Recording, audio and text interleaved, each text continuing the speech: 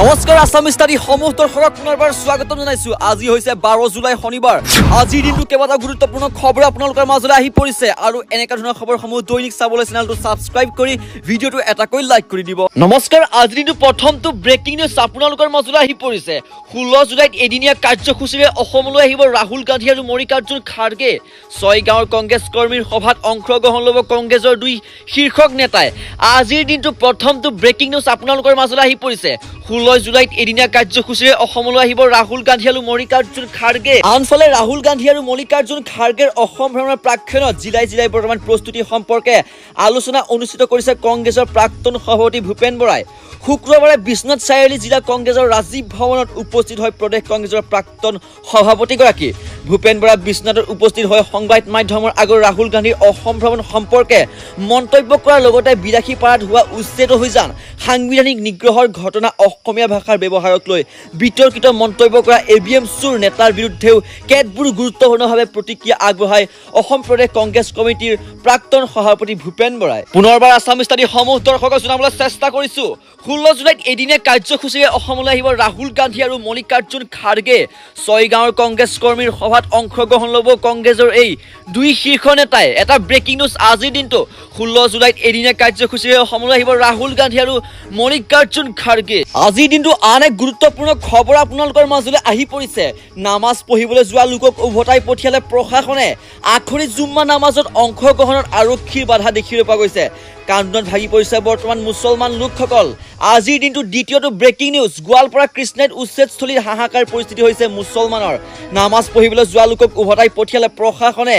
Barricade বান্ধি মছজিদৰ সন্মুখত নামাজত অংশগ্ৰহণত বাধা আৰক্ষী প্ৰশাসনৰ। আখৰি জুম্মা নামাজত অংশগ্ৰহণত আৰক্ষীৰ বাধা দেখিবলৈ পোৱা গৈছে।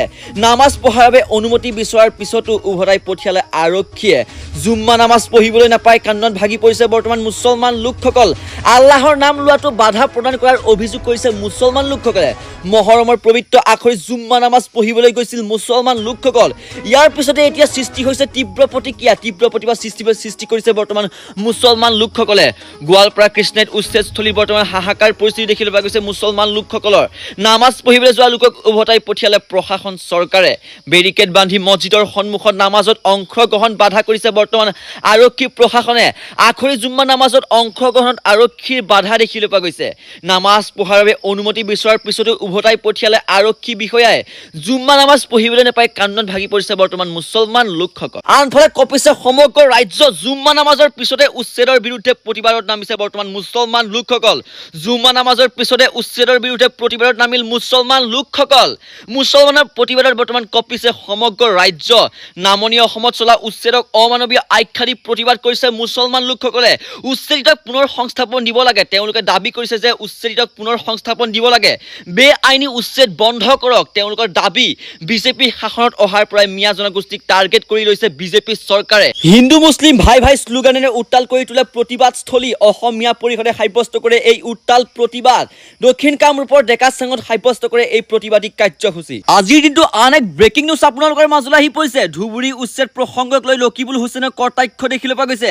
বদৰুদ্দিন আজমলাই হিমন্ত বিশ্ব শৰ্মাৰ সুৰত সুৰ মিলাই কথা কৈছে আৰু উগ্ৰ পিঠা দুয়ো বৰপি একগোট হৈছে বুলি কৈছে ৰকিবুল হুছেইনে। এটা অতিকৈ ব্ৰেকিং নিউজ আহি পৰিছে। ধুবুৰী উচ্ছেদ প্ৰসংগক লৈ ৰকিবুল হুছেইনৰ ডাঙৰ কটাক্ষ অহা দেখিবলৈ পোৱা গৈছে। বদৰুদ্দিন আজমলাই হিমন্ত বিশ্ব শৰ্মাৰ সুৰত সুৰ মিলাই কথা কৈছে আৰু উগ্ৰ পিঠা দুটা বৰপি একগোট হৈছে বুলি ৰকিবুল হুছেইনে কটাক্ষ কৰিছে।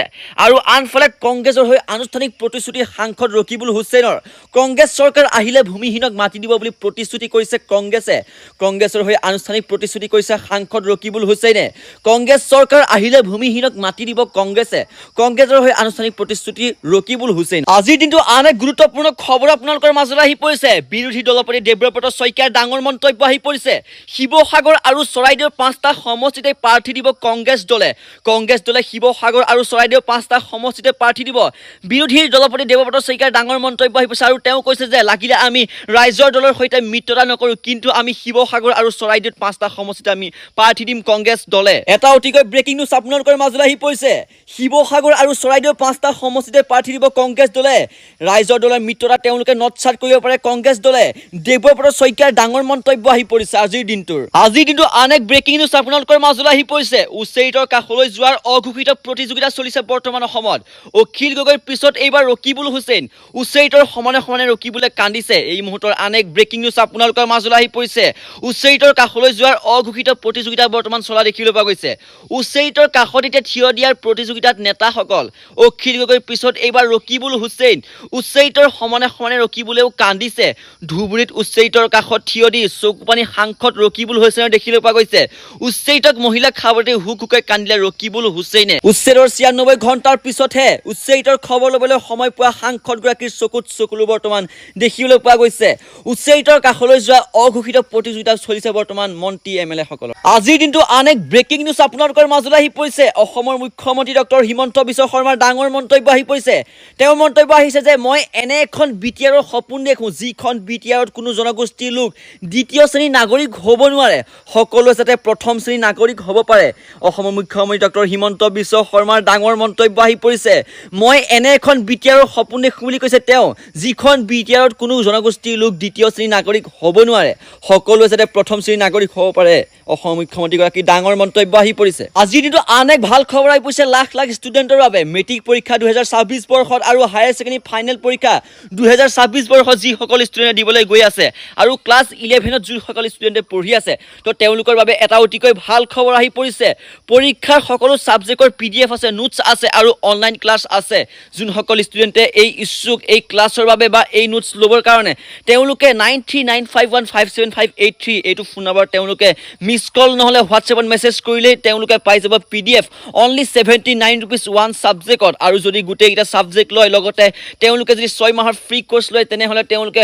400 rupees পে' কৰিলে হ'ল মেট্ৰিক পৰীক্ষা 2026 বৰ্ষত যিসকল ষ্টুডেণ্টে দিবলৈ গৈ আছে আৰু যিসকল ষ্টুডেণ্টে 2026 বৰ্ষত হায়াৰ ছেকেণ্ডেৰী ফাইনেল পৰীক্ষা দিবলৈ গৈছে তো তেওঁলোকৰ কাৰণে কমন PDF ই-নোটছ আহি গৈছে যিসকল ষ্টুডেণ্টে ইচ্ছুক এই PDFৰ কাৰণে তেওঁলোকে এতিয়াই কণ্টেক্ট কৰিব পাৰে 9395157583 ফোন নম্বৰ তেওঁলোকে ডেছক্ৰিপশ্যনতে পাই যাব আজিৰ দিনটো শীৰ্ষক কেইবাটা গুৰুত্বপূৰ্ণ খবৰ আপোনালোকৰ মাজলৈ আহি পৰিলে আৰু এনেকুৱা ধৰণৰ খবৰসমূহ দৈনিক চাবলৈ চেনেলটো ছাবস্ক্ৰাইব কৰি ভিডিঅ'টো এটাকৈ লাইক কৰিব আৰু সকলো বন্ধু বান্ধৱীলৈকে এইটো ভিডিঅ' শ্বেয়াৰ কৰি দিব ষ্টুডিঅ'ৰ পৰা মই সুবৰাই বিদায় লৈছোঁ ধন্যবাদ জয় অসম জয় হিন্দ